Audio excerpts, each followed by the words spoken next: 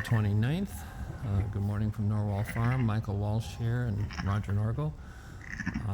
Arrived this morning. This ewe was in labor and she just delivered a nice big lamb. Don't know if it's a ewe or a ram yet, but she did it on her own. She's marked for a single, and I think by the size of the lamb, that's probably all she's going to have. But a little bit of yellow there, so she's probably been in it for a while. And it was a big lamb, but like I say, she delivered it on her own. She was, last night was looking over in the pen where I've got you can just see the horns on the Jacob ewe. She was kind of looking over there, and I kind of thought maybe she might be thinking about lambing. So I think she's due tomorrow, next day. Number 14 was due today or yesterday. No signs of labor from her yet, but they're all resting comfortably. There's a little bit of moisture in here today, a little ammonia, so I've opened the door. I'm getting quite a bedding pack in here, and so I've got to keep the air fresh. I fed all the babies this morning. They're doing well. They're really starting to eat on the hay back there. And we put creep down for them, and they eat some.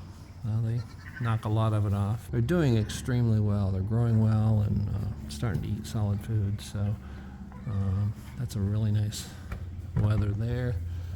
And this one's up in the manger. He's a really nice one. But that's it from today.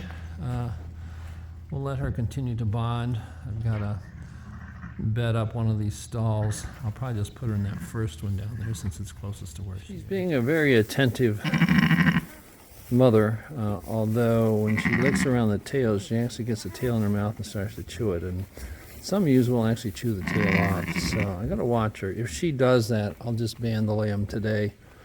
That way it'll shut the circulation off to the tip of the tail because it's going to be banded to dock it. And that also blocks any infection from ascending up the tail. But we'll just watch her today and see how she does. Lamb's already nursed, nice and strong. It's a ewe lamb, female. So very pleased. It's a nice lamb. Back in, and you can see the tip of the tail. This ewe was just overzealous on cleaning it, and I suspected she might do that. She was licking it, and then the tail would get in her mouth, and she'd start chewing. So normally we band them at 2 days of age, but what I did was I went ahead and banded it today. And what that does, it stops the bleeding, and it also prevents the infection from ascending up the tail. So she may go ahead and chew on that tail, but it's not going to bleed anymore, and that's taking care of it. Lamb doesn't even know it's on there now. Initially there was just a little pain with it, but nothing severe. So this mother was just a little bit too eager to clean her lamb and ended up chewing off the end of the tail. And I've never seen it before with my sheep years ago, but it does happen, and to me that's the simplest solution. It's just to band it right away. Working on a spring project. We're going to put up 4 Bluebird houses. So we ordered those, and then we're putting mounting hardware on the bottom. So it goes on a metal post, and we're going to put those down along the field it's adjacent to the wetlands. So we want to get those up this week because it's about time for the males to be come up and staking out their territory. So that's something we wanted to add this year at Norwal Farm.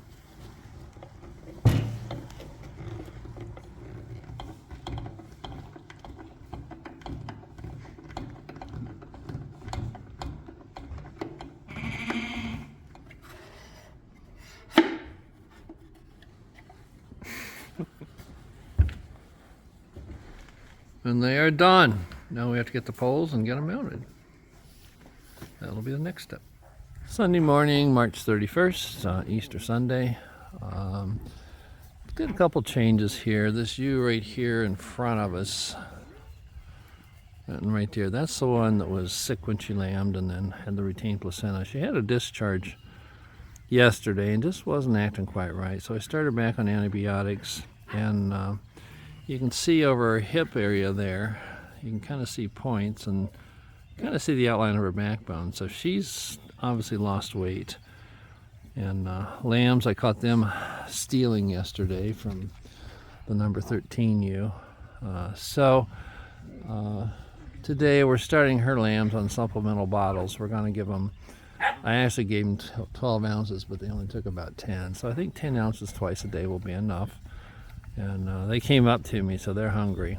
And that'll keep them topped off. And then I have started this ewe on grain. You can see right there, that's her hip bone sticking out.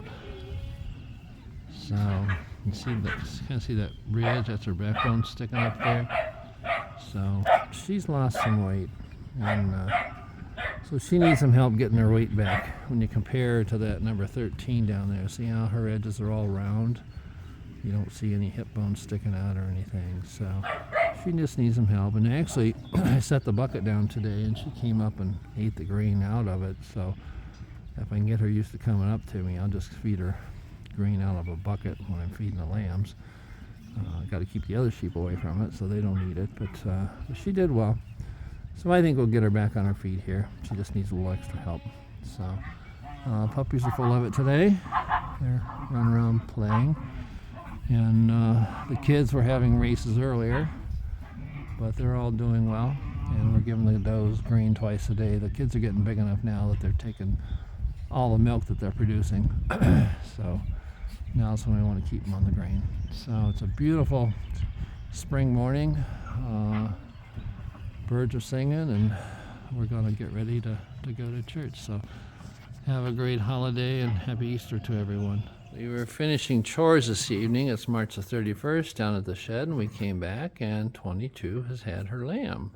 We have an Easter lamb. She was scanned for twins, I think, but as big as it is, I kind of doubt it. But we'll see.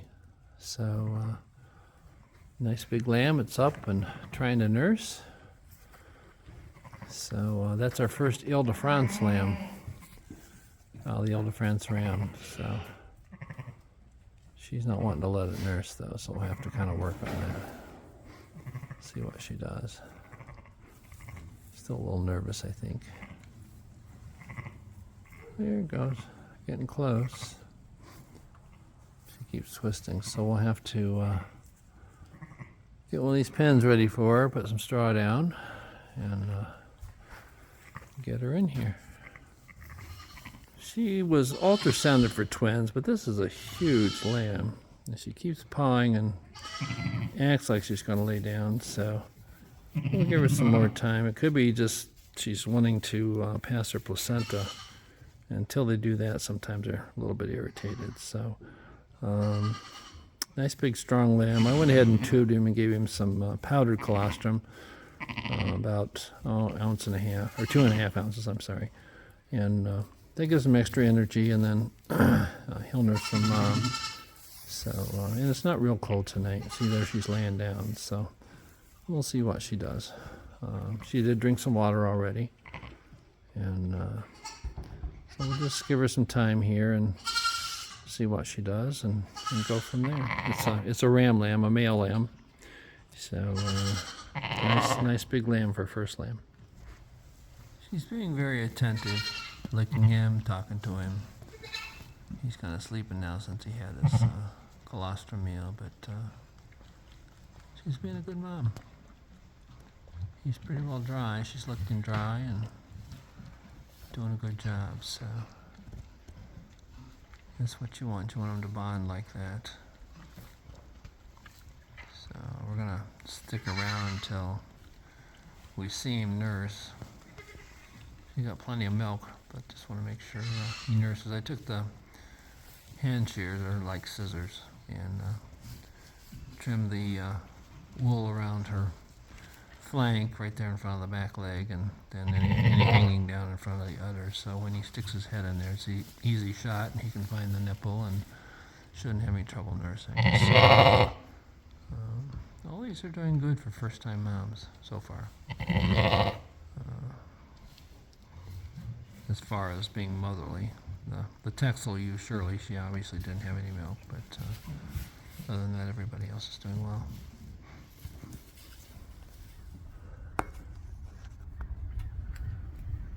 Monday, April 1st, and one of the lambs. That's actually one of the Jacob ewes.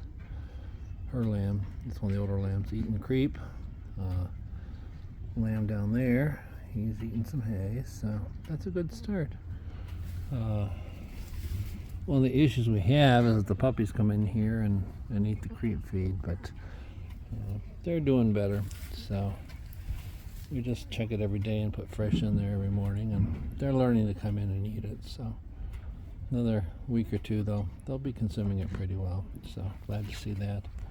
The lambs are supplementing. They're coming up for a bottle twice a day, and that's their mom right there.